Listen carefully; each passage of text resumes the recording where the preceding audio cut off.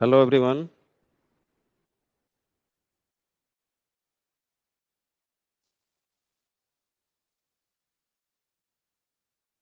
आज हम लोग ओपन कास्ट मशीनरी में एक बहुत ही स्पेशल मशीन की बात करने जा रहे हैं। इसका नाम है ड्रैगलाइन। ठीक है, इस मशीन का नाम है ड्रैगलाइन। ये एक बिगर मशीन के श्रेणी में आता है। ठीक है, ये भी एक काफी बड़ा मशीन है ओपन कास्ट माइंस की। ठीक है, वैसे तो सभी माइंस में देखने को नहीं मिलता है, कुछ खास खास माइंस में ही देखने को मिलता है, जहाँ जिस जो माइंस इस मशीन के लिए सुइटेबल है। ठीक है, तो आगे हम लोग चलते हैं कि इस मशीन के बारे में फुल डिटेल्स। ठीक है, कहाँ पर यूज किया जाएगा, क्यों यूज किया जाता है, इस मशीन के सारे पार्ट, सेफ्टी फीचर, ये सब बातों को लेकर हम लोग आगे बढ़ते हैं, जो आपके एग्जाम से रिलेटेड होना चाहिए। ठीक है, यानी एग्जाम पॉइंट ऑफ व्यू से जो आपके लिए इम्पोर्टेंट जानकारी लेनी है, ठीक है ना, उन सभी बातों का ही बात करेंगे यहाँ पर। ठीक है, तो आप यहाँ पर हेडिंग बना लेंगे ड्रैगलाइन। आप बैकग्राउंड में आप देख सकते हैं एक ड्रैगलाइन मशीन का इमेजिंग यहाँ पर करवाया गया है। ठीक है,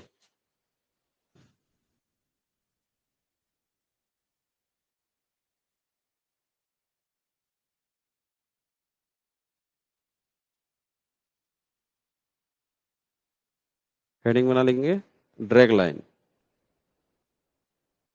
इस मशीन का सबसे बड़ी खासियत ये है ना कि इसकी बूम बहुत लंबी होती है।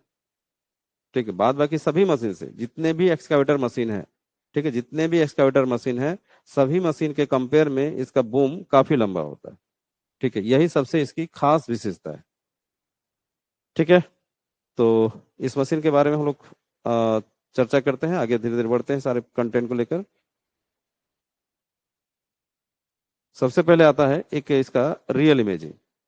ठीक है, एक रियल इमेजिंग देखिए। एक ओपन कास्ट माइंस में एक ड्रैगलाइन मशीन को आप यहाँ पर देख पा रहे हैं। ठीक है, इसको देखने से आपको ये कम से कम समझ में आ जाएगा कि ये मतलब ऑपरेट किस तरह होता है, ये समझ में आ रहा है। ठीक है, तो आप यहाँ पर समझिए कि इसको किसी ब्लास्टेड ओबी बेंच में बैठाया जाता है। ठीक है, ब्लास्टेड ओबी बेंच, ये एक OB bench, overburden bench, overburden bench है। इसी बेंच, ये बेंच पूरा एरिया को ब्लास्टेड किया गया है, ब्लास्टिंग करके रखा गया है। ब्लास्टिंग करके डोजर के द्वारा इसको पहले लेवलिंग किया जाता है, लेवल मेंटेन किया जाता है। उसके बाद फिर इस मशीन को यहाँ पर शिफ्ट करते हैं। ठीक है, और बेंच के एज में जिधर आपका कोयला है, ठीक है, कोयला को एक्सपोज करना ही इसका मेन काम है। ठीक है, कोयला को यहाँ पर इससे इसके द्वारा एक्सपोज करते हैं। ठीक है, हाँ, इसको टॉप मोस्ट में नहीं लगाते हैं। मतलब टॉप मोस्ट ओबी तो बहुत ऊपर में भी रहता है, ओबी के कई बेंचेज हो सकते हैं।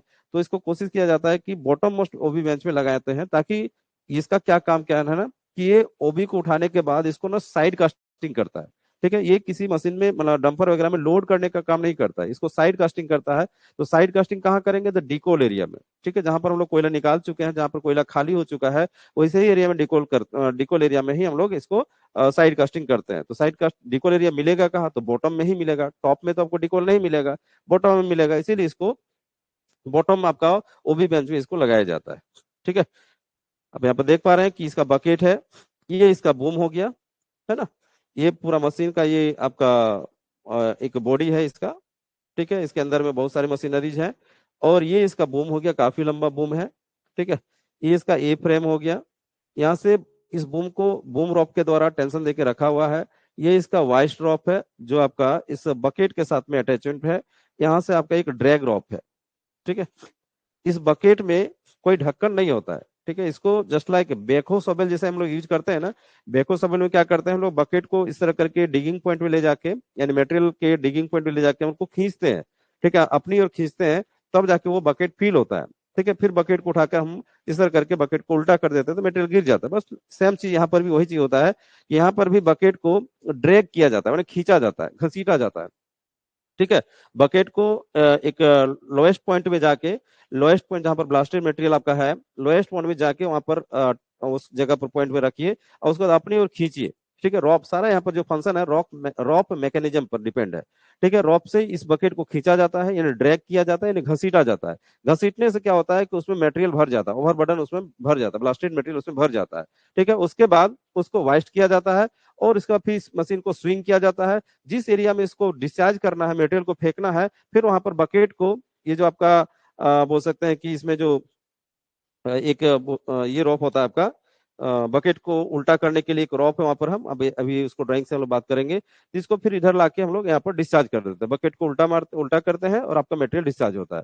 फिर बैक स्विंग जाके फिर से वहां पर सेम काम को किया जाता है। यानी बार बार बकेट को यहाँ पर डिगिंग पॉइंट में लेके जाना है, ड्रैग करना है, घसीटना है, बकेट फुल होगा, फिर स्विंग करके आपको मटेरियल को डिस्चार्ज करना है। यानी ये साइड कास्टिंग का ही मुख्य रूप से काम करता है। ठीक है, इसीलिए इस मशीन को साइड कास्टिंग या ओवर कास्टिंग का मोस्ट सुइटेबल मशीन माना जाता है। ठीक है, मोस्ट सुइटेबल मशीन। ठीक है, ये इस इसका कोई डीपर स्टिक वगैरह नहीं है, ये रॉप के प्रिंसिपल पर ही सारा काम करता है। इसीलिए किसी मशीन में लोड नहीं कर पाता, मतलब कोई डंपर वगैरह में लोड नहीं कर पाता है। और लोड नहीं करने के कारण से ही इस मशीन का यूज हम लोग कोयले में नहीं करते, मतलब कोयले को उठाने में नहीं करते हैं। क्योंकि कोयला को उठाना है तो हमको कोई डंपर में लोड करना होगा, और वो कोयला हमको सरफेस लेके जाना है। तो चूंकि ये लोड करने में सुइटेबल नहीं है, इसीलिए इसको यूज हम लोग जनरली ओबी बेंच में ही करते हैं, कोयले में नहीं करते हैं। ठीक है, तो आप यहाँ पर इस मशीन के बारे में बेसिक जानकारी आपको यहाँ पर मिला। ठीक है, अब आगे देखते हैं इसका और डिटेल्स। इसका पहले पार्ट्स वगैरह देख लेते हैं। ये देखिए, ये एक हैंड ड्राइंग है, इसको देखकर आपको ड्राइंग कर लेना है। ये हैंड ड्राइंग एक ड्रैगलाइन मशीन है। इसी हैंड ड्राइंग को देखकर आपको पहले अपने नोट्स में ड्राइंग करना है। इसमें जितने भी पार्ट्स को दिखाए गए हैं सारे पार्ट्स को लिखना है। उसके बाद आगे हम लोग आगे आप नोट्स को लिखने का काम करेंगे। ठीक है, इसमें इंपॉर्टेंट पार्ट क्या क्या है तो देखिए यहाँ पर।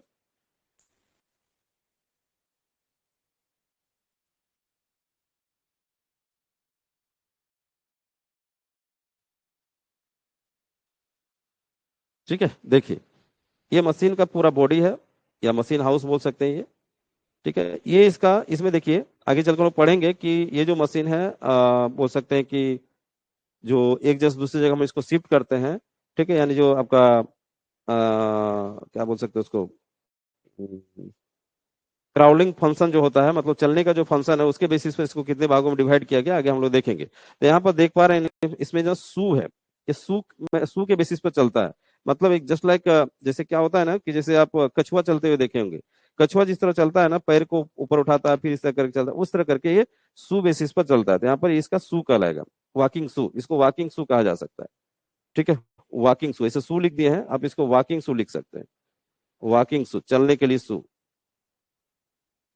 ये इसका वॉकिंग सू है ना। ये इसका मशीन हाउस है। इस मशीन का हाउस में बहुत सारे जनरेटर, मोटर, ठीक है, स्विचेज वगैरह रहते हैं। ये इसका ए फ्रेम है। ठीक है, ये इसका मास्ट है। ये इसका मास्ट हो गया। ये सबसे इंपॉर्टेंट पार्ट हो गया इसका बूम। सबसे, इस मशीन का सबसे इंपॉर्टेंट पार्ट इसी को कहा जाएगा। ठीक है, बूम हो गया ये। और इस बूम को सस्पेंस करके रखने के लिए आप यहाँ पर देख पा रहे हैं कि ये जो रॉप बहुत सारे यहाँ पर फिक्स कंडीशन में है, जिसको बूम रॉप कहा जा रहा है। ठीक है, बूम रॉप, या फिर इसको बोला गया ब्रिज सपोर्ट रॉप। ठीक है, सपोर्ट रॉप भी कहा जा सकता है, या इसको बूम रॉप भी कहा जा सकता है। ठीक है, ये हो गया बूम रॉप। उसके बाद आप देख पा रहे हैं, और इसका सेकेंड जो इंपॉर्टेंट पार्ट है, इसका बकेट हो गया, और ये सब रॉप हो गए। ये बकेट, अब डिजाइन देख पा रहे हैं कि इसमें बकेट में ढक्कन नहीं होता है, इसको पलटी मारा जाता है, पलटी मारा जाता है, इसको आपका मटेरियल को निकाला जाता है। तो इस बकेट को फंक्शन देने के लिए दो बोल सकते हैं कि दो मुख्य रॉप यूज होता है। ठीक है, एक रॉप हो गया वाइस्ट रॉप, जिसके द्वारा इस बकेट को रेजिंग और लोअरिंग करने का काम होता है। ठीक है, जस्ट लाइक आप रॉप सवेल जैसा प्रिंसिपल समझ सकते हैं। ठीक है, बकेट को आप नीचे कर सकते हैं इस वाइस्ट ड्रॉप से, और ऊपर कर सकते हैं। ठीक है, तो ये वाइस्ट ड्रॉप हो गया। और एक दूसरा ड्रॉप है जो इस बकेट को खींचने का काम करता है। जब ये बोल सकते हैं कि इस बकेट को जब ब्लास्टेड मटेरियल में रखा जाएगा और उसको फिल करने के लिए, भरने के लिए इसको खींचना है। ठीक है, इस खींचने वाले रॉप को ड्रैग रॉप कहा जाता है। ठीक है, इसी ड्रेजिंग जो आपका वर्क है, यानी खींचने का, यानी घसीटने का जो वर्क है, इसी के बेसिस पर इस मशीन का नाम पड़ा ड्रैग लाइन। ठीक है ना, क्योंकि ये जो बकेट का, इस बकेट में जो मटेरियल फिल होता है ना, वो ड्रेजिंग मेथड पर फिल होता है। यानी बोल सकते हैं कि वो ना बकेट को घसीटने के कारण से इसमें मटेरियल फिल हो रहा है, इसीलिए इस मशीन का नाम पड़ा है ड्रैग लाइन। ठीक है, उसके बाद इस बकेट के साथ में एक चेन दिया गया है। ठीक है, दो चेन है, एक राइट ड्रैग चेन यानी राइट साइड में है, एक लेफ्ट ड्रैग चेन। ठीक है, मतलब खींचने के लिए, ड्रैग करने के लिए ही आपका चेन दिया गया है। ठीक है, और यहाँ पर चेन आप देख पा रहे हैं कि राइट लोअर वाइस्ट चेन, ठीक है, वाइस्टिंग करने के लिए चेन है। ठीक है, और लेफ्ट लोअर वाइस्ट चेन। ठीक है, इस तरह करके सारे इंपॉर्टेंट पार्ट यहाँ पर बात हुआ। ये बकेट यहाँ पर दिखाएं, ये बकेट हो गया। ठीक है, तो ये सब इंपॉर्टेंट पार्ट हो गया। ठीक है, क्लियर यहाँ पर है। इस मशीन को बोल सकते हैं वॉकिंग सू ड्रैग लाइन। ठीक है, तो इसी को देख के आप ड्राइंग करेंगे, या फिर यदि इंटरनेट में कोई और भी पिक्चर है तो वहां से देख के आप हैंड ड्राइंग कर सकते हैं।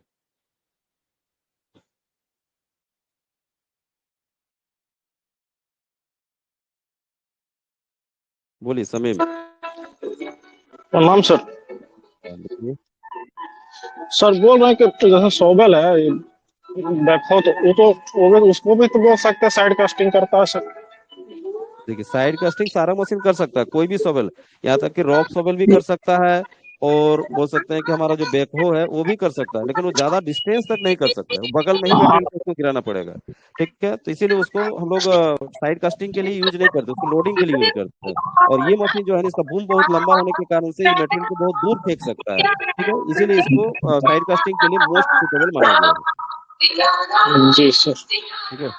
ठीक। और सर जो क्वेश्चन में आएगा सर साइड कास्टिंग का, जिसमें सोबल भी रहेगा और ये आपका ड्रैगलाइन भी रहेगा, तो सर बोथ मारेंगे या फिर ओनली फॉर यदि ड्रैगलाइन? यदि यदि क्वेश्चन आता है कि हाँ। इनमें से किस मशीन के द्वारा साइड कास्टिंग किया जा सकता है, और ऑप्शन रहता है बहुत सारा कि आपका सॉवेल, ड्रैग लाइन, बहुत सारा, ऑल ऑफ देम रहेगा, तो ऑल ऑफ देम हो सही हो जाएगा। लेकिन यदि क्वेश्चन रहता है कि इनमें से कौन सा मशीन साइड कास्टिंग के लिए मोस्ट सुटेबल है, तो फिर आपका ड्रैग लाइन सही होगा। जी सर। ठीक है। जी सर, और बोल रहे सर इसका फिगर भेज दीजिएगा सर। ठीक है, भेज देंगे। ठीक है। ठीक है सर।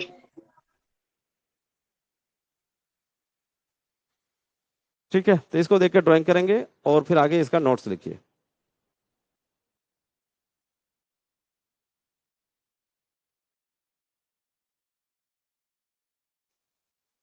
चलिए, एक हैंड ड्राइंग और एक यहाँ पे दिखाया गया, इसको देखकर आप हैंड ड्राइंग कर सकते हैं। यदि वो करना संभव नहीं है तो ये काफी इजी है, इसको देखकर आप हैंड ड्राइंग कर सकते हैं। ठीक है, इसमें आप सब सारा पार्ट का नाम भी लिख सकते हैं, जैसे ये हो गया बूम, ये क्या हो गया, बूम।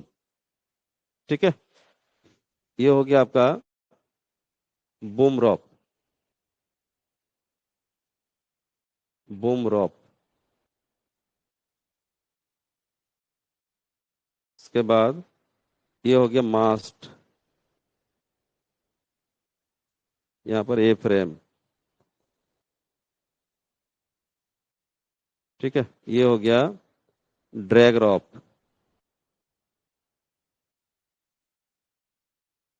ये हो गया बकेट, ये हो गया टीथ, बकेट टीथ, ये हो गया वाइस ड्रॉप।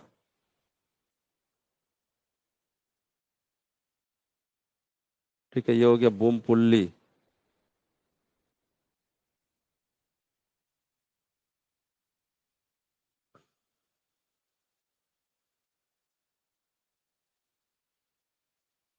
के बाद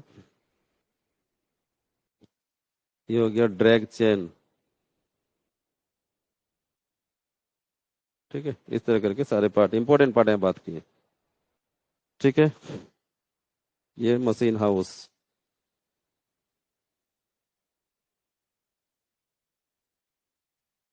ये इंपॉर्टेंट इंपॉर्टेंट बात की, जो इंपॉर्टेंट है, जो आप जो जिसका जानना आपके लिए बहुत जरूरी है। ठीक है, तो इसको देखकर भी आप हैंड ड्राइंग कर सकते हैं। हाँ, एक इंपॉर्टेंट पार्ट यहाँ पर समझिए, आगे चल के फिर हम बात करेंगे। ये जो आपका बूम है ना, ये जो बूम है ये होलो पाइप से बना हुआ है, होलो पाइप, बहुत सारे पाइप को कनेक्ट करके बनाया गया है, और सारे पाइप होलो है। ठीक है, होलो मतलब बीच में खाली है। ठीक है, बीच में जिससे को होता है ना, क्या बोलेंगे उसको, खोखला टाइप का। ठीक है, तो होलो सबको यहाँ पर बनाया गया है। और जितने भी पाइप है ना जो होलो कंडीशन में है, सब में ना नाइट्रोजन गैस प्रेशर के साथ फिल करके रखा गया है। ठीक है, पूरे जितने भी पाइप हैं यहाँ पर जो बूम को बनाने में यहाँ पर काम यूज हुआ है, सारे पाइप होलो है, और सभी होलो पाइप में नाइट्रोजन गैस को ना प्रेशर के साथ फिल करके रखा गया है। ठीक है, उसके पीछे रीजन क्या है, तो उसके पीछे रीजन है कि ये बूम काफी लंबा है, और इसको आप डेली इंस्पेक्शन करेंगे फिर भी ये कहीं पर यदि माइनर क्रैक होता है ना, तो उसको आप हो सके नहीं देख पाएंगे। ठीक है, और बूम यदि कहीं पर क्रैक होने के कारण से टूटता है, तो उस केस में एक बहुत बड़ा एक्सीडेंट हो सकता है। ठीक है, तो ये टूटने से पहले ही हमको इंडिकेशन मिल जाए, इसके लिए यहाँ पर हर एक पाइप में यहाँ पर ना नाइट्रोजन गैस फिल करके रखा गया है, ताकि उसका प्रेशर, जो आपका जितना प्रेशर से भर के रखा गया ना, उसका प्रेशर हमको इस केबिन में, आपका जो ऑपरेटर केबिन है, यहाँ पर ऑपरेटर केबिन रहेगा, ऑपरेटर केबिन, ऑपरेटर केबिन में पता चलते रहता है कि कितना उसका प्रेशर है। यदि कहीं से भी हल्का भी यदि क्रैक हो जाता है बूम में, तो वहां से नाइट्रोजन गैस लीकेज होने लगता है। और जैसे लीकेज होगा तो यहाँ पर ऑपरेटर रूम में जो आपका उसका जो बोल सकते हैं प्रेशर गेज है, वो प्रेशर गेज उसमें बताने लगता है कि आपका प्रेशर कम हो रहा है। ठीक है, तो उससे क्लियर हो जाता है कि हमारा बूम से कहीं ना कहीं आपका नाइट्रोजन का लीकेज हो रहा है, यानी क्रैक हो चुका है। ठीक है, यानी क्रैक का इंडिकेशन हमको पता चल चुका है। तब मशीन को तुरंत खड़ा किया जाता है और वहां पर ऑपरेशन में नहीं लाया जाएगा। पहले उस क्रैक को ढूंढा जाएगा, उस क्रैक की जांच की जाएगी कि क्रैक कहाँ पर है। उसको फिर आप हो सकता है रिपेयर करके या मेंटेनेंस करके आप वहां के उसके बाद ही काम कर सकते हैं। यानी इस ये बूम बूम में कहीं पर क्रैक होता है, इसकी जानकारी के लिए इसमें नाइट्रोजन गैस फिल करके रखा जाता है। ठीक है, तो ये इमेजिंग, इसको ड्राइंग कर लीजिए इस इमेज को।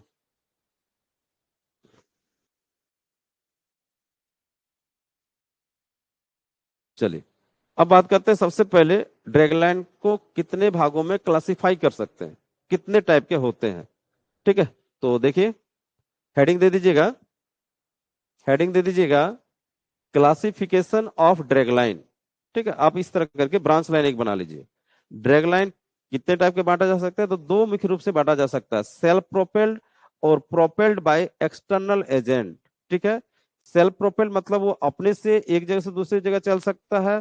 और एक होता है, दूसरा हो गया प्रोपेल्ड बाय एक्सटर्नल एजेंट। इसका मतलब हो गया कि किसी दूसरे के सहारे वो एक जगह से दूसरी जगह जाता है, मतलब किसी दूसरे पर माउंटेड रहेगा। जैसे कि बोल सकते हैं कि ये जो दोनों, यहाँ से पता चल जाएगा, वेगन माउंटेड और ट्रैक लाइन माउंटेड। यानी वेगन मतलब हो जाता है जो आपका जो ट्रेन, यानी जो रेलवे, रेल वेगन की बात हो रहा है, रेल वेगन के ऊपर में इस मशीन को फुटअप सेटअप करेंगे और उसको फिर आप कहीं एक जगह से दूसरी जगह को ले जा सकते हैं। मतलब वर्किंग कर लिए, मतलब वर्क कर रहा है, मतलब उस पर माउंटेड है और उसके साथ साथ वो वर्क कर रहा है। तो माइंस में ऐसा संभव नहीं हो पाता है, वो अदर जगहों पर ऐसा संभव हो पाएगा।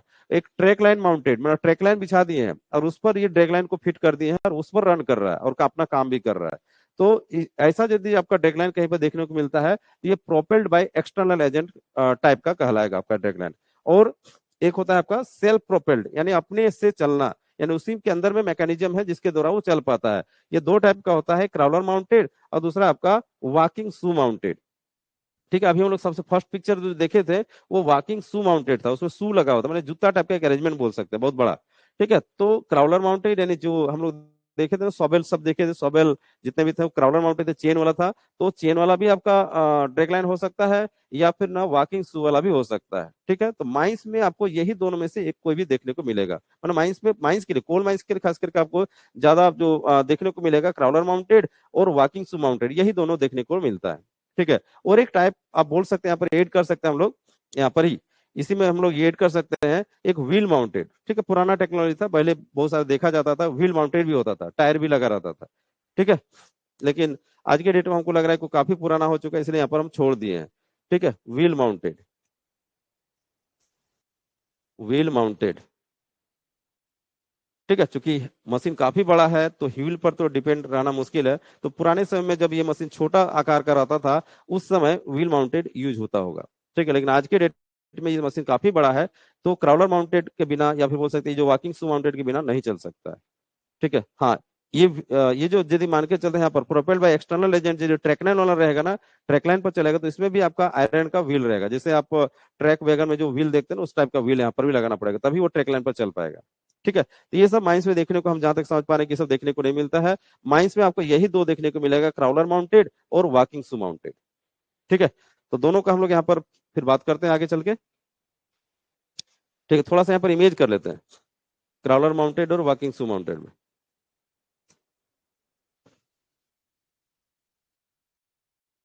ये देखिए,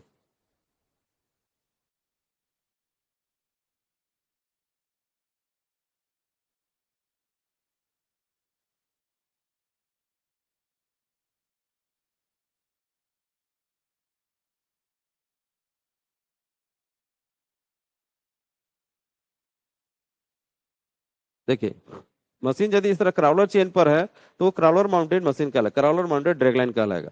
और दूसरा एक हो सकता है,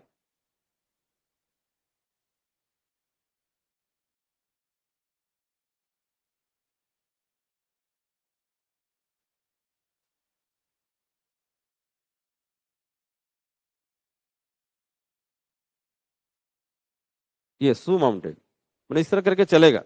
शू माउंटेड। अभी हम कुछ वीडियो के बाद वीडियो देखेंगे, उसमें ये हमको लग रहा है क्लियर हो जाएगा। ठीक है, तो क्राउलर माउंटेड और जो आपकी वॉकिंग शू माउंटेड है, यही दोनों माइंस में देखने को ज्यादा मिलता है। ये दो माइंस के लिए ये दोनों पॉपुलर है। ठीक है, ये क्राउलर माउंटेड हो जाएगा,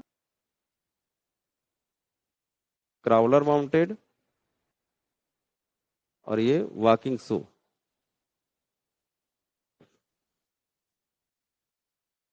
वॉकिंग शू माउंटेड। ठीक है, क्लियर है। चलिए अब आगे इसको नोट कर लिए ना। ड्रैगलाइन कितने टाइप का, तो दो टाइप का, self propelled, propelled by external agent. Self propelled भी दो टाइप का, क्राउलर माउंटेड और वॉकिंग शू माउंटेड। इस व्हील माउंटेड को भी ऐड किया जा सकता है। ठीक है, और प्रोपेल बाय एक्सटर्नल एजेंट भी दो टाइप का, वैगन माउंटेड और ट्रैकलाइन माउंटेड। यानी वैगन यानी रेल वैगन पर यदि चढ़ा के रखे हैं और उससे काम ले रहे हैं तो वैगन माउंटेड कहलाएगा, और ट्रैकलाइन पर चलकर यदि काम कर रहा है तो ट्रैकलाइन माउंटेड कहलाएगा। ठीक है, तो इसको नोट कर लेते हैं, आगे चलते हैं। नेक्स्ट देखिए कंडीशन। नेक्स्ट इसका कंडीशन प्रॉपर्टी देखिएगा, फिलिंग द बकेट। ठीक है, मतलब ड्रैगलाइन का जो बकेट है वो किस प्रकार से फिल करता है, तो बोला गया ना बाय पुलिंग और ड्रेजिंग मेथड। ठीक है, बाय पुलिंग और ड्रेजिंग मेथड। पुलिंग मतलब खींचना, यानी बकेट को हम जब खींचते हैं मटेरियल में रखकर तो वो भरता है, फिल होता है, या फिर ड्रेजिंग करते हैं यानी घसीटते हैं, इसको घसीटना बोल सकते हैं, घसीटना। ठीक है, यानी बकेट को जब मटेरियल में रख के घसीटा जाता है तो उसको हम लोग ड्रेजिंग कहते हैं। ठीक है, तो इस प्रिंसिपल पर ये एक तरह से वर्क कर रहा है। इसीलिए ये जो ड्रेजिंग बेसिस पर हमारा जो बकेट फिल हो रहा है, इसी के कारण से इस मशीन को ड्रैगलाइन नामकरण दिया गया। ठीक है, अब दूसरा कंडीशन देखते हैं इसका, बूम लेंथ। बूम लेंथ क्या होता है, बूम लेंथ वेरी करता है, अलग अलग मशीन का बूम लेंथ वेरी करता है। तो इसका वेरी कर रहा है, vary from 9 metre to 96 metre. 9 metre to 96 metre, मतलब 9 मीटर से लेकर 96 मीटर तक वेरी करता है। ठीक है, अलग अलग साइज के अनुसार से ये आपका बूम लेंथ अलग अलग आएगा। ठीक है, जैसे जैसे बूम लेंथ बढ़ेगा उस कंडीशन में आपका ये जो साइज होगा, कैपेसिटी होगा, वो भी बढ़ेगा। ठीक है, एक साइज यहाँ पर बात करते हैं, एक साइज का हम बात कर रहे हैं, कभी कोई क्वेश्चन ऐसा पूछा जा सकता है। एक साइज यदि बात करें, साइज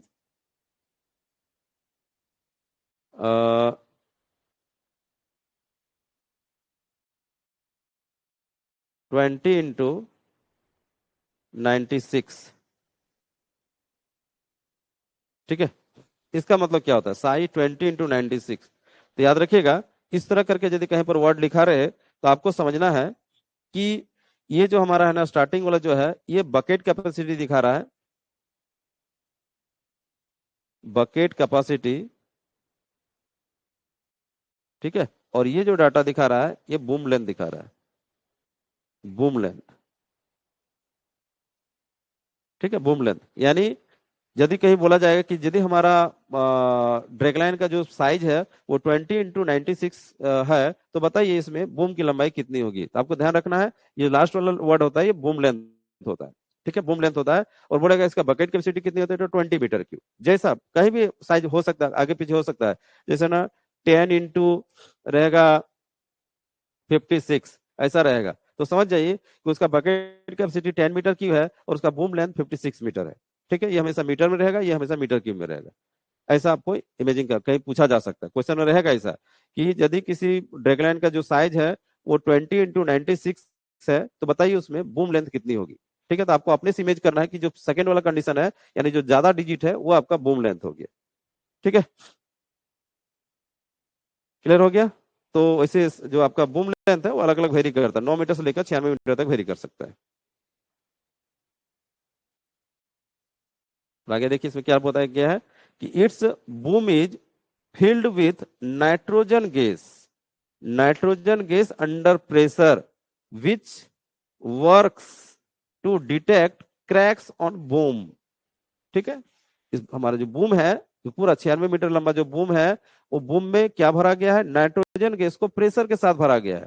नाइट्रोजन गैस को प्रेशर के साथ भरा गया है, जो क्या किस लिए भरा गया, उसका काम क्या है, तो उसका काम है डिटेक्ट क्रैक्स ऑन बूम, यानी बूम में यदि क्रैक्स होता है तो उसको डिटेक्ट करके हमको बताता है। ठीक है, कि कहाँ पर आपका लीकेज, मतलब कहाँ पर आपका क्रैक हो चुका है, वो जहां पर लीकेज होगा वहीं पर क्रैक हुआ है। ठीक है, ये भी क्वेश्चन बहुत बार आ चुका है, ये नाइट्रोजन गैस वाला, कि नाइट्रोजन कौन सा गैस भरा रहता है, ऐसा भी क्वेश्चन आ चुका है, और क्यों भरा रहता है ये भी क्वेश्चन पूछा जा चुका है।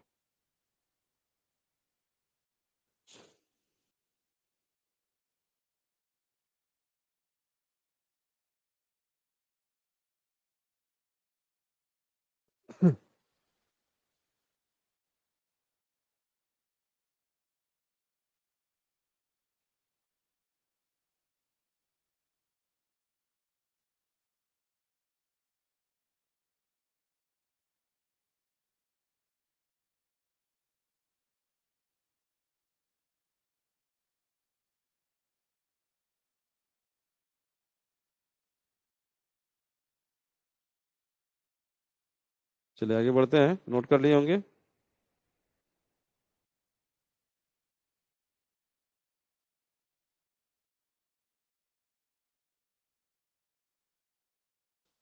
चलिए अब कुछ इंपॉर्टेंट पैरामीटर्स को देखते हैं, ड्रैगलाइन का कुछ इंपॉर्टेंट पैरामीटर को देखते हैं जो आपके एग्जाम के लिए इंपॉर्टेंट है।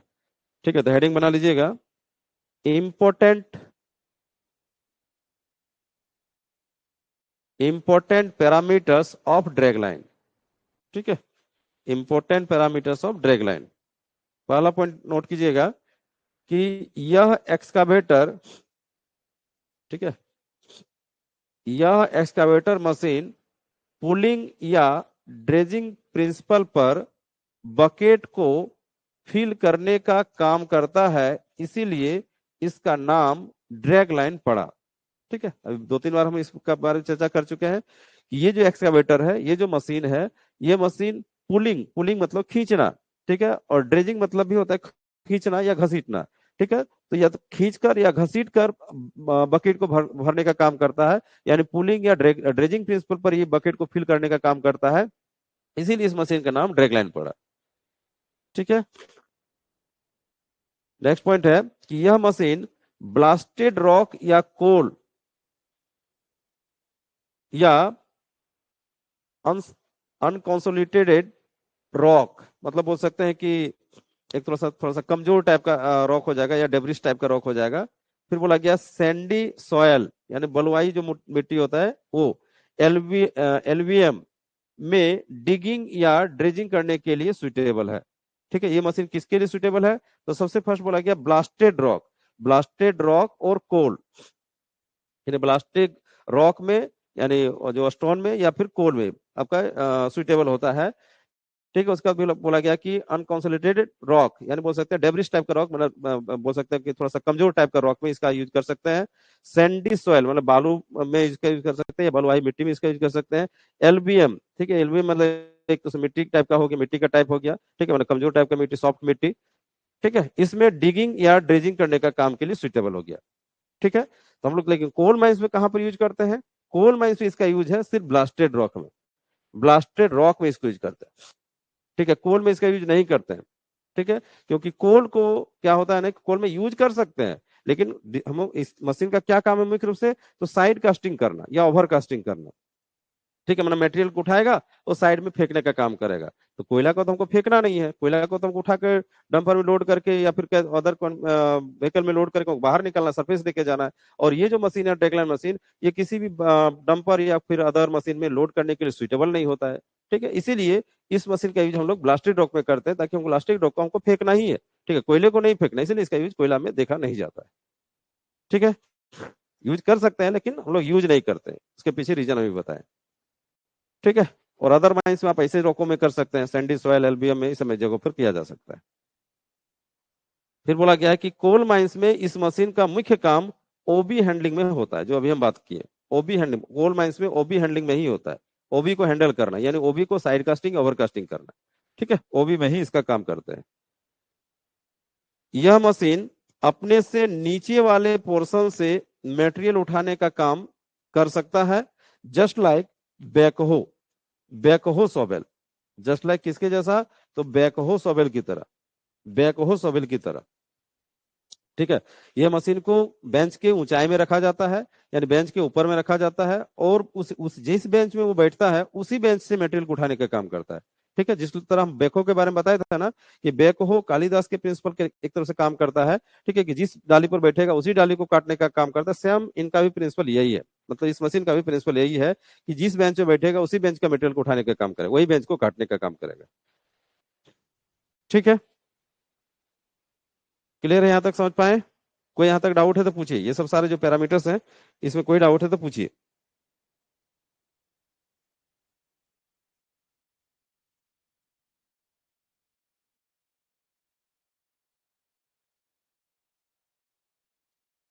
यहां तक कोई डाउट है तो पूछिए।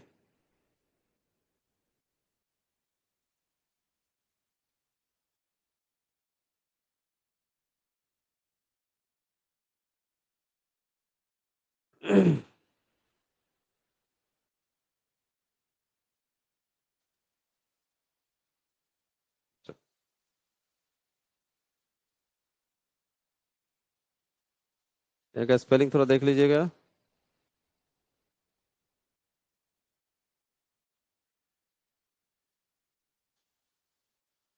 प्रिंसिपल।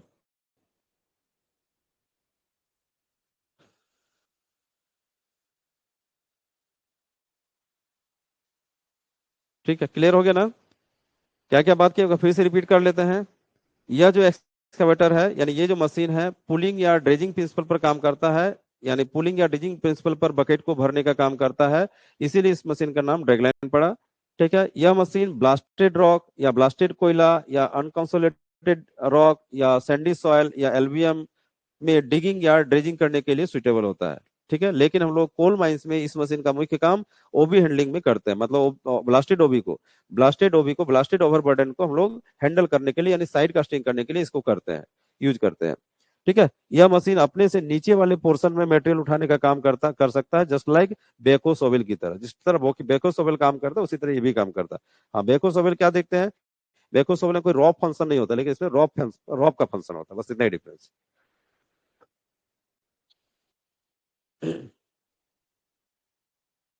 आगे देखिए, नेक्स्ट पॉइंट नोट कीजिएगा कि यह मशीन डंपर में लोड करने के लिए सुटेबल नहीं है। ठीक है। ये जो मशीन है ड्रैगलाइन मशीन, ये डंपर में कोई भी मटेरियल को, चाहे कोयला हो, वो भी लोड करने के लिए सुटेबल नहीं है। ठीक है। यह मशीन किसके लिए सुटेबल है? तो यह साइड कास्टिंग या उसी को ओवर कास्टिंग बोल सकते हैं, दोनों लगभग सेम वर्ड है। साइड कास्टिंग मतलब बगल में फेंकने का काम, और ओवर कास्टिंग मतलब ऊपर से फेंकने का काम। ठीक है, तो दोनों के लिए सुटेबल होता है। ठीक है। तो साइड कास्टिंग और ओवर कास्टिंग के लिए मोस्ट सुटेबल है। ठीक है, क्वेश्चन बहुत बार आ चुका है। क्वेश्चन आता है कि भाई इनमें से कौन सा मशीन साइड कास्टिंग या ओवर कास्टिंग के लिए मोस्ट सुटेबल है? तो ड्रैगलाइन सही होता है आपका।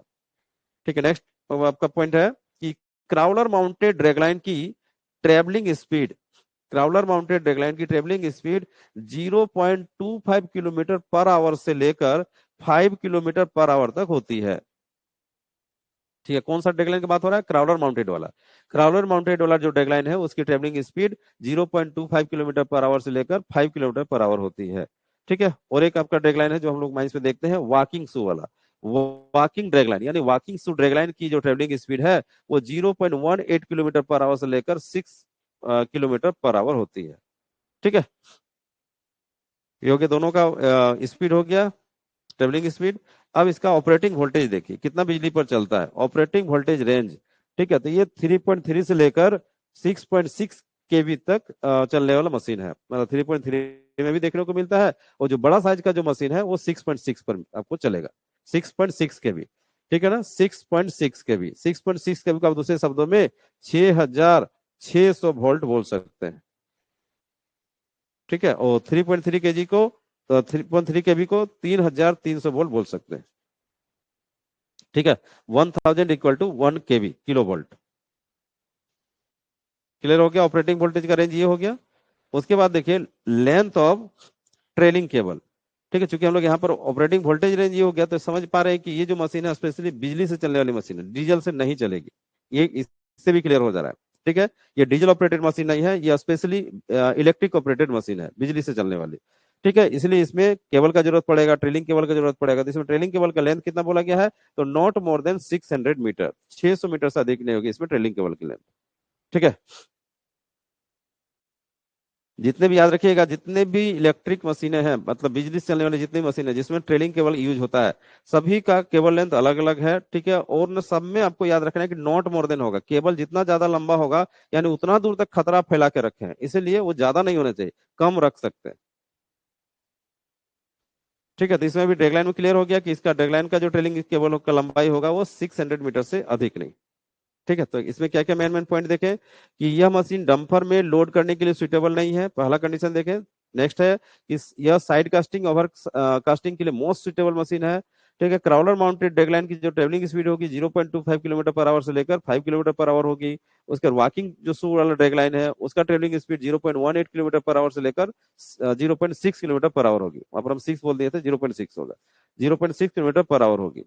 ठीक है, यहाँ पर देखिए कि दोनों में स्पीड कौन चल पा रहा है, दोनों में क्राउलर और वॉकिंग में देखिएगा तो इसका स्पीड ज्यादा है, इसका स्पीड ज्यादा है, और इसका स्पीड काफी स्लो है, बहुत स्लो इसको बोल सकते हैं। दोनों ही 0 पॉइंट में ही है। ठीक है, 0.18 किलोमीटर पर आवर से लेकर 0.6 किलोमीटर पर आवर, मतलब 1 घंटा में लगभग आधा किलोमीटर मैक्सिमम जा सकता है। ठीक है, इसका ऑपरेटिंग वोल्टेज 3.3 केबी से लेकर 6.6 केबी, और इसका केबल लेंथ कितना हो जाएगा, training cable length not more than 600 metre. तो जो जो आपके एग्जाम में पूछे जाने की संभावना रहती है वही सब पॉइंट को यहाँ पर नोट करवाए।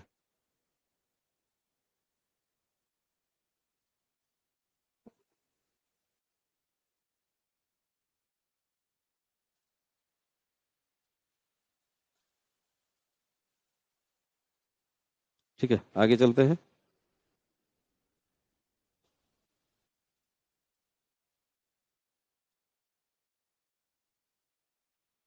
आगे देखिए, working cycle of dragline. ठीक है, जिस तरह हम लोग सॉबेल का जो साइकिल टाइम कैलकुलेट किए थे ना, कि उसमें क्या क्या ऑपरेशन मिलाकर यानी कहाँ से कौन सा ऑपरेशन शुरू करते थे और कहाँ तक का टाइम को हम लोग साइकिल टाइम कैलकुलेट कर रहे थे सॉबेल के केस में, डंपर के केस में, उसी तरह यहाँ पर भी ड्रैगलाइन के केस में कहाँ से कहाँ तक का टाइम को साइकिल टाइम में कैलकुलेट किया जाता है, ये सारे प्रोसेस को आप देख लीजिए यहाँ पर। ठीक है, पहला प्रोसेस है कि positioning the bucket near the digging या ड्रेजिंग पॉइंट।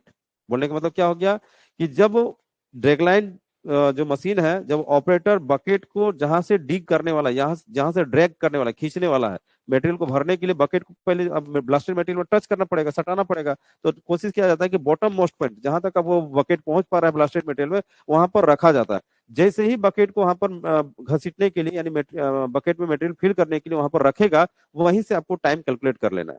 ठीक है, वहीं से आपको एक स्टॉप वॉच रखना है, स्टॉप वॉच को वहीं से स्टार्ट कर लेना है। ठीक है, तो ये काम हो जाएगा, मतलब वहां पर रखा, जैसे ही रखा तो टाइम स्टार्ट। ठीक है, उसका सेकेंड काम क्या हो रहा है, dredging and filling the bucket, मैंने वहां से बकेट को घसीटना शुरू किया अपनी ओर, और मटेरियल भी उसमें भरना चालू हो गया बकेट में। ठीक है, तो वो टाइम इसमें कैलकुलेट होगा। फिर अगला प्रोसेस है कि hoisting and swinging the bucket to the dumping point, यानी बकेट जब फिल हो जाता है तो बकेट को वाइस्टिंग किया जाता है, ऊपर उठाया जाता है। उसके बाद बूम को लेकर मशीन क्या करता है, स्विंग करता है, किधर, डंपिंग पॉइंट की ओर, मतलब जहां पर उसको डंपिंग करना है, जहां पर मटेरियल को डिस्चार्ज करना है, उधर आपका स्विंग करने लगता है। तो ये भी टाइम इसमें कैलकुलेट होगा। फिर बोला जा रहा है, नेक्स्ट है डिस्चार्जिंग द बकेट, फिर वो डंपिंग पॉइंट में जब बकेट पहुंच जाता है तो वहां पर डिस्चार्ज करेगा, बकेट को उल्टा करके मटेरियल को गिराने का काम करेगा। ठीक है, तो वहां पर बकेट डिस्चार्ज, मटेरियल डिस्चार्ज हो गया। उसके बाद फिर बोला जा रहा है कि lowering and swinging the bucket for the next digging या ड्रेजिंग पॉइंट, यानी वहां से क्या करेगा, वो मटेरियल को डिस्चार्ज किया, फिर बकेट को थोड़ा सा लोअर किया, और लोअर करके बैक स्विंगिंग करेगा, फिर उसी जगह पर जाएगा जहां पर उसको मटेरियल को डिग करना है या फिर ड्रेजिंग करना है। फिर जैसे ही उस पॉइंट पर बकेट को रखेगा, आपको स्टॉप वॉच बंद कर देना है। ठीक है, ये जो टाइम आया यही इस ड्रैगलाइन का साइकिल टाइम कहलाएगा। ठीक है, इसको एक्यूरेसी लाने के लिए, मतलब इसमें ज्यादा एक्यूरेसी देखने के लिए आपको क्या करना होगा, आपको 4-5 बार कम से कम ये टाइम को कैलकुलेट करना है। सब टाइम थोड़ा थोड़ा करके वेरी करेगा, उसको एवरेज निकाल दीजिए, वही इसका एक्यूरेसी वाला साइकिल टाइम कहलाएगा। ठीक है, तो आपका यहाँ पर क्वेश्चन क्या आ सकता है, क्वेश्चन आ सकता है कि ड्रैगलाइन के साइकिल टाइम में कौन सा ऑपरेशन को कैलकुलेट नहीं किया जाता है। ठीक है, ये सब में से 2-3 पॉइंट रह सकता है। एक पॉइंट रह जाएगा कि आपका क्राउलिंग फंक्शन, ठीक है, नहीं बोल सकते, या फिर बोल सकते हैं कि वॉकिंग फंक्शन, ऐसा कर सकता है। मतलब जो एक जैसे दूसरी जगह जब मशीन को शिफ्ट करते हैं तो क्या उसको साइकिल टाइम में कैलकुलेट करते हैं, तो उसको साइकिल टाइम में कैलकुलेट नहीं करते हैं। ठीक है, ये सब ऑपरेशन वहां पर डाला जा सकता है। ठीक है, तो इसको नोट कर लीजिएगा, working cycle of machine drag line में क्या क्या प्रोसेस या क्या क्या ऑपरेशन इंक्लूड है।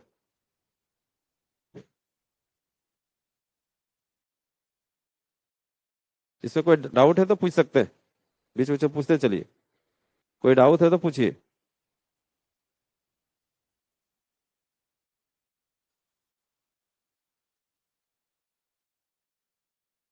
ड्रैगलाइन का साइकिल टाइम समझ गए, कैसे कैलकुलेट होता है, कहाँ से कहाँ तक का ऑपरेशन को कैलकुलेट किया जाता है।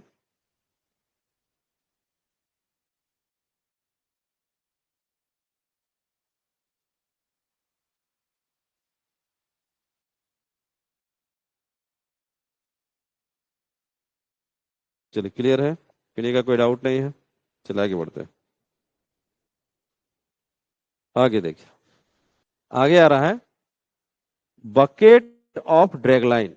ठीक है, यानी ड्रैगलाइन का बकेट भी काफी इंपॉर्टेंट रोल निभाता है। तो बकेट कितने टाइप का होता है उसको देखते हैं। तो बकेट को यहाँ पर 3 टाइप का बताया गया है। Types of bucket, there are 3 types. ठीक है, 3 टाइप का बकेट इसमें यूज कर सकते हैं। एक हो गया लाइट बकेट, ठीक है, दूसरा होता है मीडियम बकेट, और तीसरा होता है हैवी ड्यूटी बकेट। ठीक है, यानी बोल सकते हैं कि साइज, और बोल सकते हैं कि वर्क, वर्क जो मतलब जिस मटेरियल को हम लोग हैंडल करने वाले हैं उस मटेरियल के बेसिस पर। ठीक है, अब बालू को उठा के फेंकने वाले तो बताइए वहां पर ज्यादा हैवी ड्यूटी वाला तो जरूरत नहीं पड़ेगा। ठीक है, हम लोग ओवर बर्डन हमको फेंकना है तो उस कंडीशन में तो वहां पर हैवी ड्यूटी वाला चाहिए। तो वो जो मटेरियल है जिसको हम लोग डिस्चार्ज करने वाले हैं या जिसको हम लोग हैंडल करने वाले हैं, उस मटेरियल का सॉफ्टनेस के बेसिस पर भी यहाँ पर बकेट का टाइप को हम लोग चूज कर सकते हैं। ठीक है, या फिर ड्यूरेबिलिटी को लेकर भी आप चूज कर सकते हैं। ठीक है, माइंस में आपको देखने को यही मिलेगा, हैवी ड्यूटी बकेट। ठीक है, आगे और बताया क्या है, ये तो टाइप्स ऑफ बकेट हुआ। दूसरा बकेट के बारे में क्या इंफॉर्मेशन है कि बकेट कैपेसिटी रेंज। ठीक है, मतलब बकेट का कैपेसिटी क्या होगा। ठीक है, ये तो हो गया टाइप। अब कैपेसिटी का 0.3 मीटर क्यूब से लेकर 168 मीटर क्यूब, काफी बड़ा साइज में आ सकता है, आप देख पा रहे हैं। ठीक है, 0.3 मतलब एकदम छोटा से छोटा साइज भी आपको मिल सकता है, और काफी बिगर साइज, ठीक है, देखने को मिल रहा है। ठीक है,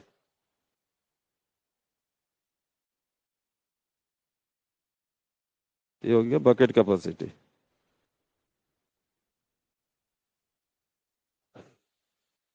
तो नोट कीजिए।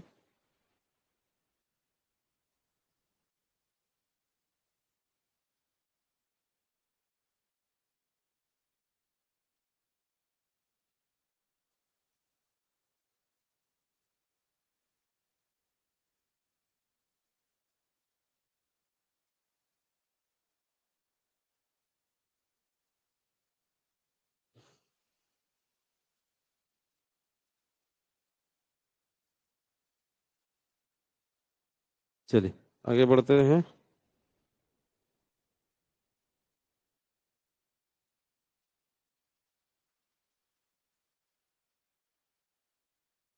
अब आगे एक ना एक खास मॉडल वाला जो आपका ये है ड्रैगलाइन है, उसका कुछ डिटेल्स देखते हैं जो हम लोग का अभी बीसीसीएल माइंस में चल रहा है। ये some specification of W2000 model walking dragline. ठीक है, एक स्पेशल ड्रैगलाइन है जिसका मॉडल नंबर है W2000 मॉडल वॉकिंग ड्रैगलाइन, मतलब जो चलने वाला रहता है बोल सकते हैं। ठीक है, वॉकिंग शू वाला। तो उस ड्रैगलाइन का कुछ खास डिटेल्स यहाँ पर आपको मिल रहा है। ठीक है, जैसे कि बकेट कैपेसिटी 24 मीटर क्यूब। ठीक है, बूम लेंथ है आपका 95.6 मीटर, ऑपरेटिंग रेडियस 88 मीटर। ठीक है, boom angle from horizontal 30 degree, no luffing. ठीक है, उसके बाद है डंपिंग हाइट 39.6 मीटर, और डिगिंग हाइट 53.3 मीटर। ठीक है, ये डिटेल्स है हम लोग का बीसीसीएल का ब्लॉक 2 एरिया में ये मशीन अभी लगा हुआ है, जिसका यहाँ पर डिटेल्स हम आपको बताएं।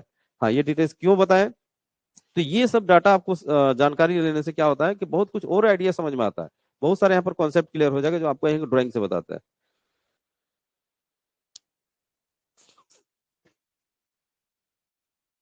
एक यहाँ पर हम ड्रैगलाइन मशीन बना रहे हैं ना।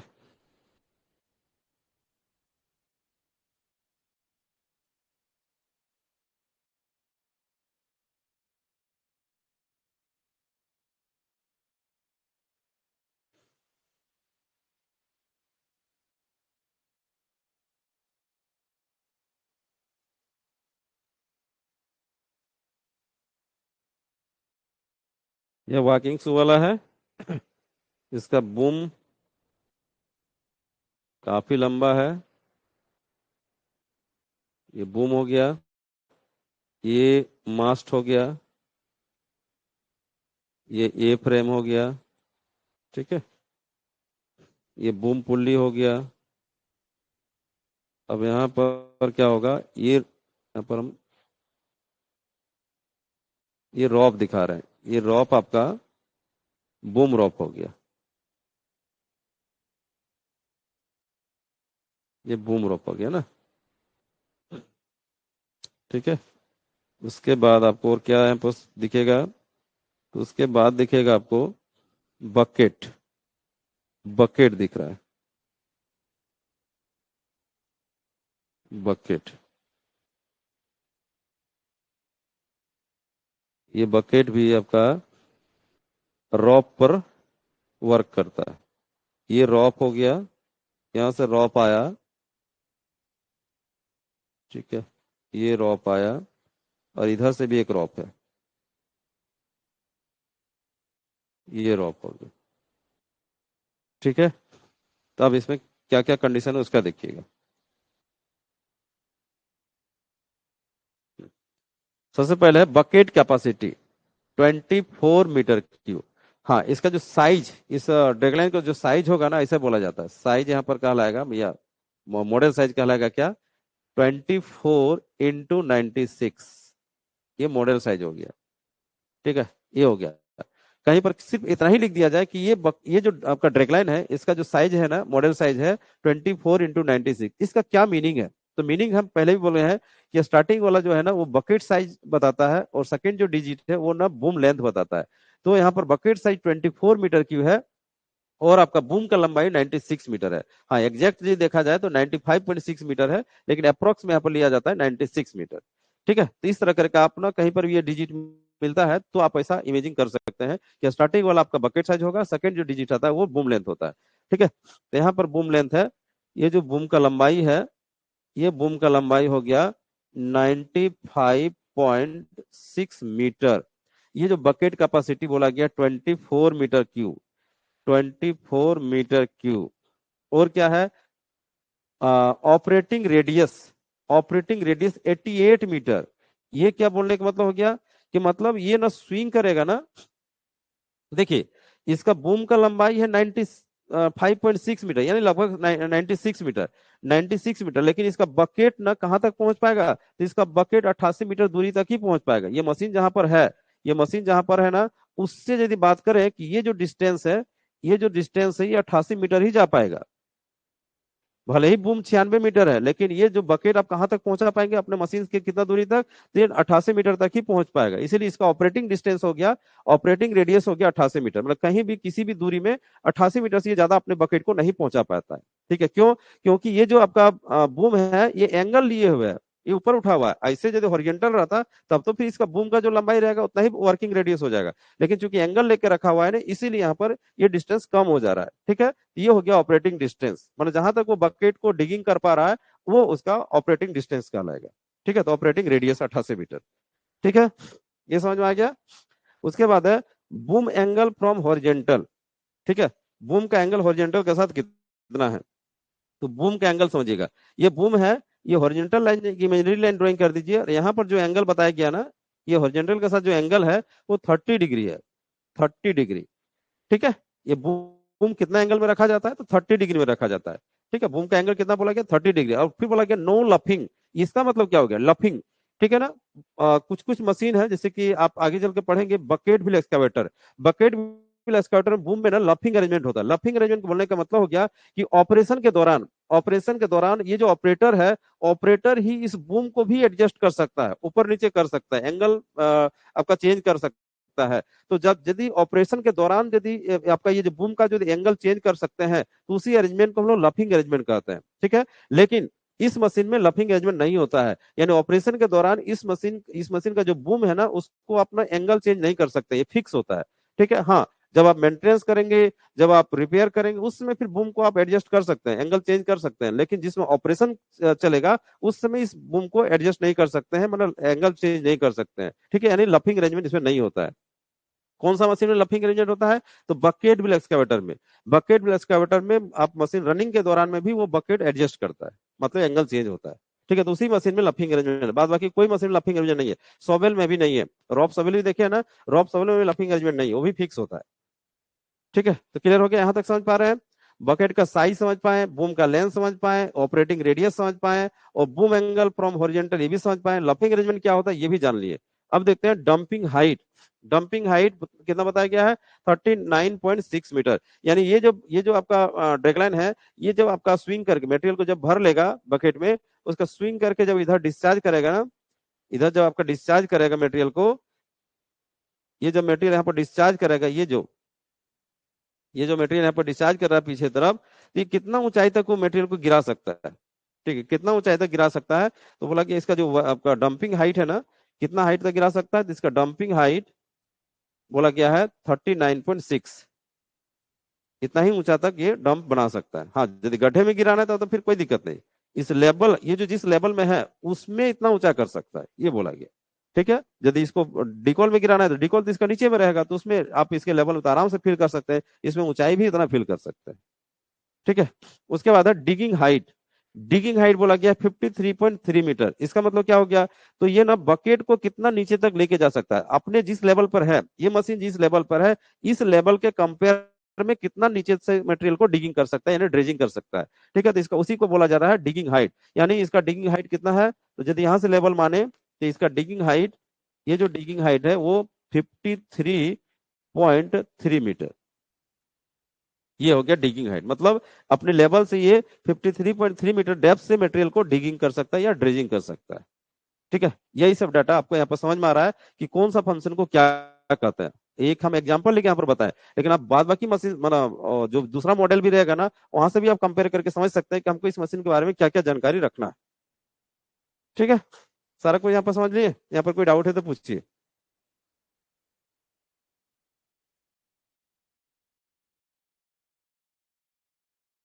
कोई डाउट है तो पूछ सकते हैं।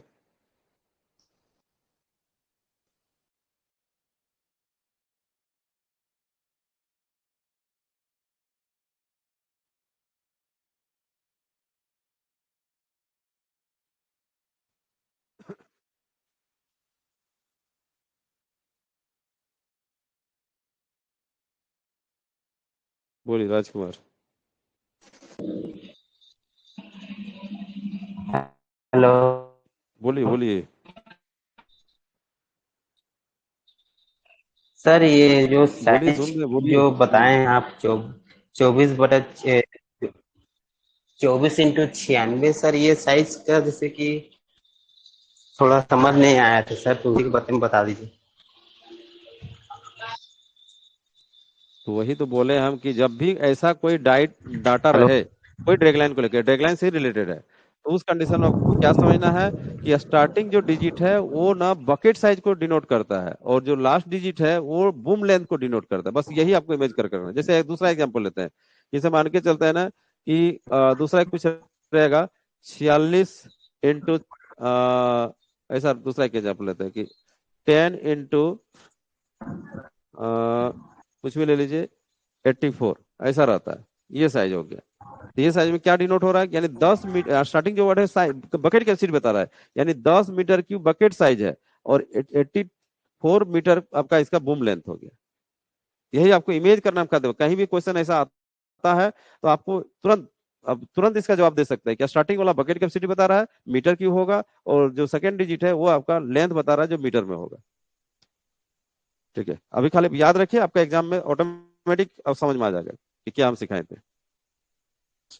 हम्म। हाँ, रॉप में से है, तो सही बोलेंगे कि स्टैंड वाला में। ठीक है, चलिए ये सब भी ड्राइंग कर लीजिएगा, जो जो हम ड्राइंग बताएं ये ड्राइंग काफी ठीक है सर। इंपॉर्टेंट है। इसको समझने के लिए ड्राइंग काफी इंपॉर्टेंट है, ड्राइंग कर लीजिएगा। Okay sir.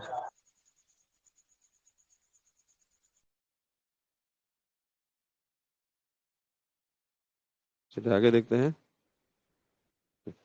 अब देखिए, लास्ट क्लास में हम लोग सॉबेल का डिटेल समझे थे ना, रॉप सॉबेल। और इस क्लास में हम लोग ड्रैगलाइन के बारे में विस्तार से समझे। इस दोनों में डिफरेंस क्या है, ठीक है, या कंपैरिजन रिजल्ट क्या आ सकता है। तो यहाँ पर दोनों को कंपैरिजन करके बताया है। ठीक है, क्या कंपैरिजन है, कंपैरिजन बिटवीन ड्रैगलाइन एंड सॉबेल। ठीक है, ड्रैगलाइन और सॉबेल दोनों ही एक्सकवेटर है, दोनों ही एक्सकवेटर है। ठीक है, ड्रैगलाइन भी एक्सकवेटर और सॉबेल भी एक्सकवेटर। तो डिफरेंस क्या है वो देखिए। तो पहला बोला गया, पहला डिफरेंस का मैटर है बकेट फिल फैक्टर। ठीक है, बकेट फिल फैक्टर, जैसे आप ना ओपन कास्ट वर्किंग में बकेट फिल फैक्टर पढ़े हैं, तो आप वहां से कोरिलेट कर लीजिएगा बकेट फिल फैक्टर होता क्या है, वो समझ लीजिएगा। तो बकेट फिल फैक्टर दोनों में क्या डिफरेंस है, बोला गया है dragline bucket fill factor is less than that of shovel by about 12%। यानी बोलने का मतलब हो गया कि ड्रैगलाइन का जो बकेट फिल फैक्टर है सॉबेल के कंपेयर में लगभग 12% कम है।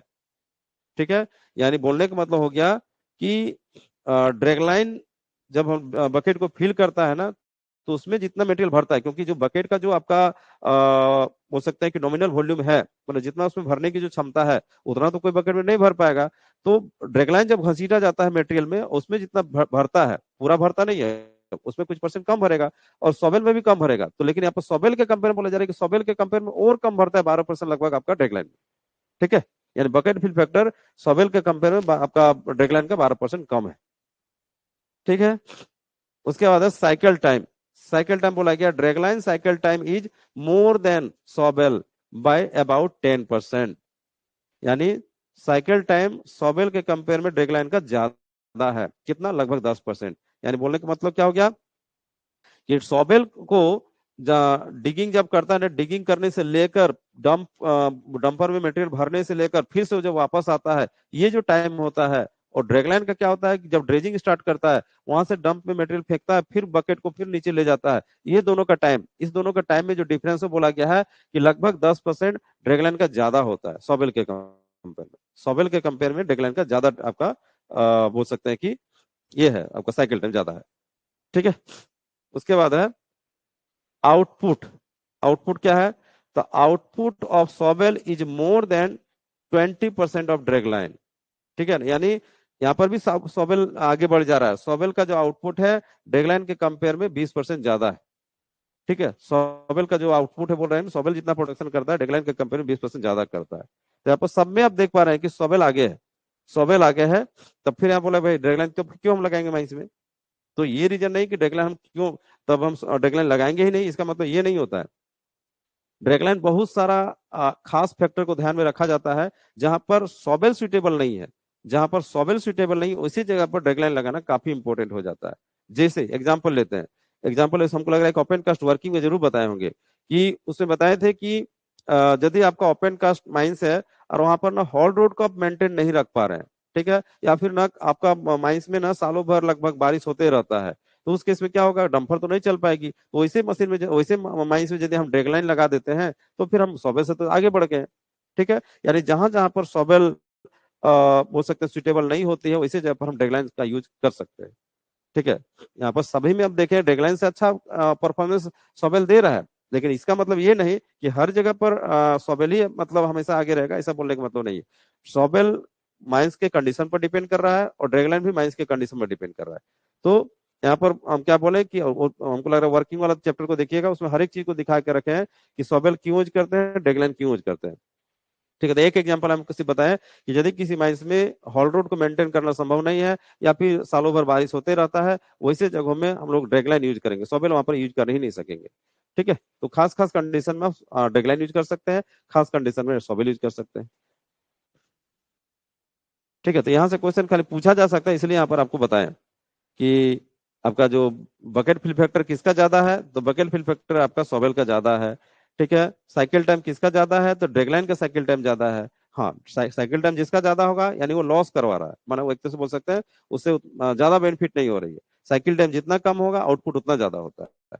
ठीक है, और आउटपुट किसका ज्यादा है, दो सॉवेल के कंपेयर में, आपका सॉरी ड्रैगलाइन के कंपेयर में सॉवेल का ज्यादा है।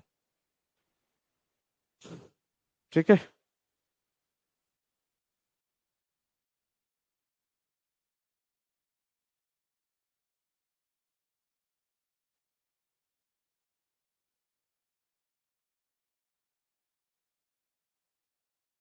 नोट कर लीजिए।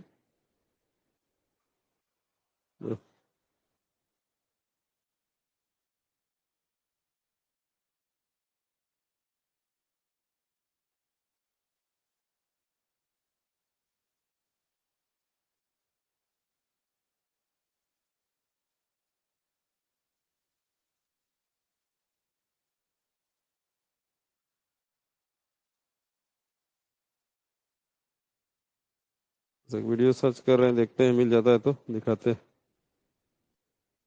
वॉकिंग शू वाला।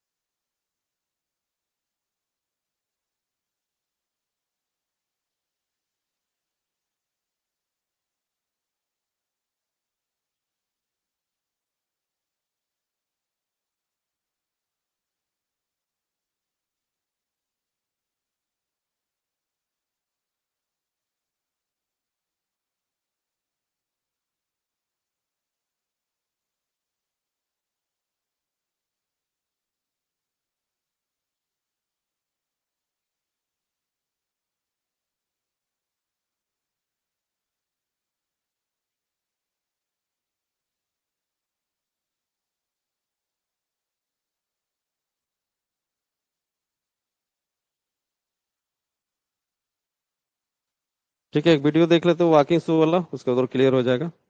तीसरा से नोट्स आपका कंप्लीट हो गया है। सिर्फ एक छोटा सा वीडियो देख लेते हैं जो आप ये समझ पाएंगे। देखिए, क्राउलर माउंटेड वाला मशीन सबको ही देखे है, ठीक है, लेकिन ना किस तरह वो जो एक एग्जांपल बताया ना कछुए की तरह चलता है, वो वॉकिंग शू हर कोई नहीं देखे होंगे। ठीक है, तो कोई कोई बच्चा देखेंगे तो ठीक अलग बात है। यहाँ पर उस वॉकिंग शू वाला जो ड्रैगलाइन है उसको हम लोग देख लेते हैं।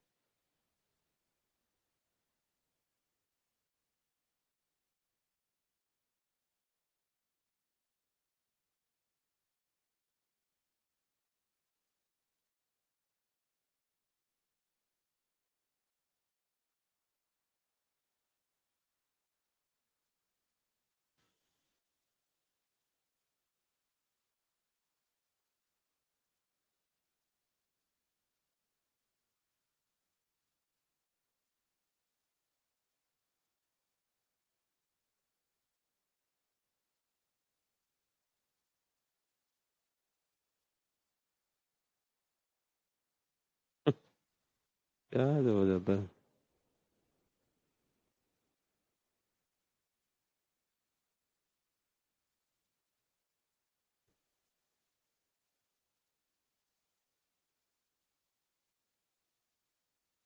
चलो।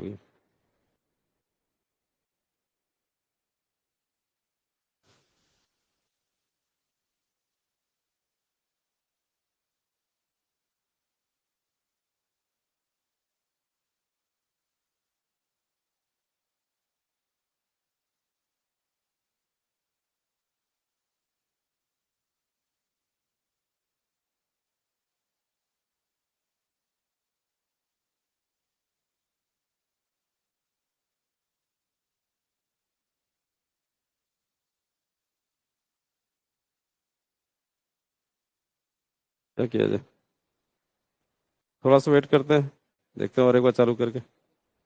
हैं? अच्छा।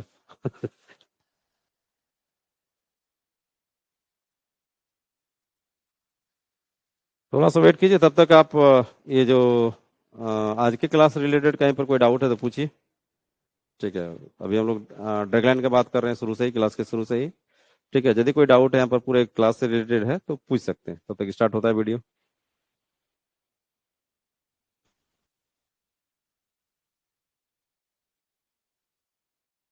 कोई डाउट है?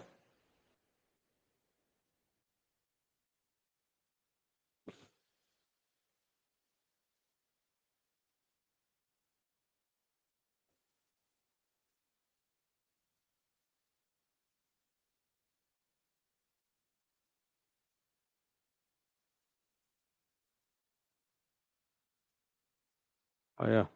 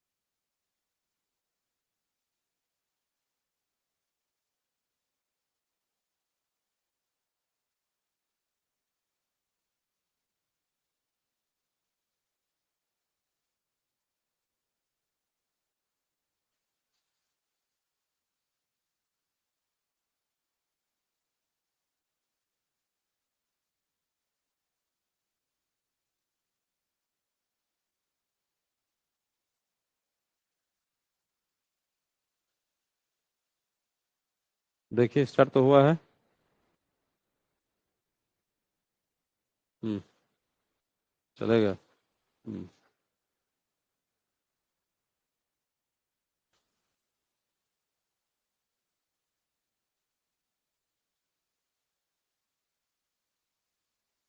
देखिए ये इसका, अब देख पा रहे, ये शू है, देखिए किस प्रकार से वो चल रहा है। इसमें क्राउलर चेन नहीं है। इस एक साइड में इधर एक शू है, ठीक है, बीच में देखिए इसका एक टर्न टेबल जैसा अरेंजमेंट है, ठीक है, उधर भी एक शू है।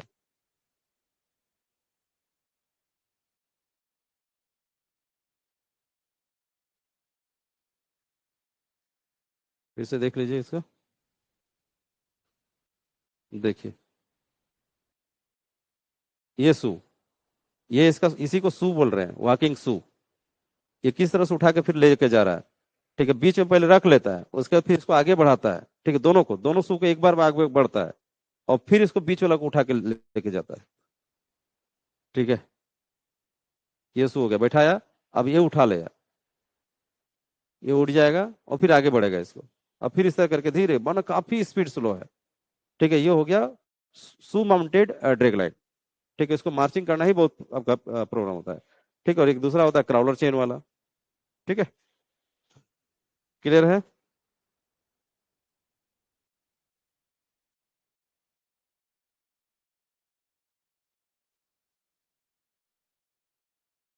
ठीक है, तो इस प्रकार से हम लोग का ड्रैगलाइन वाला जो टॉपिक था वो कंप्लीट होता है। हाँ, जो ओपन कास्ट वर्किंग में भी इससे रिलेटेड बात किए थे, जैसे अभी हम बात किए यहाँ पर बकेट फिल फैक्टर, ठीक है ना, साइकिल टाइम, ठीक है, ये सब चीज हम ओपन कास्ट वर्किंग में बताए थे, तो वहां से भी थोड़ा सा देख लीजिएगा, ताकि दोनों को रिलेट करके पढ़िएगा, तभी आपको अच्छा से समझ में आएगा। ठीक है, तो कोई डाउट है तो पूछिए।